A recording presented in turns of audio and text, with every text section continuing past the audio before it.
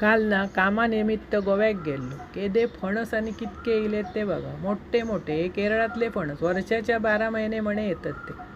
आमच्याकडे अजून ना कुयरेच असत, ते पिकाक मे किंवा जून येतलो. एकदम मस्त आणि कापे फणस. म्हटलं तुमका व्हिडिओ 80 रुपये पाव किलो.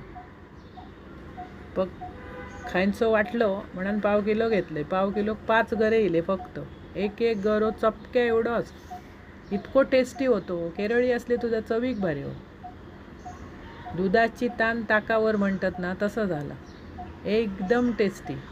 एक खाल्लं तरी समाधान वाटलं. आमचे पिकतले त्याका वेळाच, पण ते धंदो पण भारी करतो तो. म्हापशाक की नाही बाजारात स्टॉल होतो त्यांचं.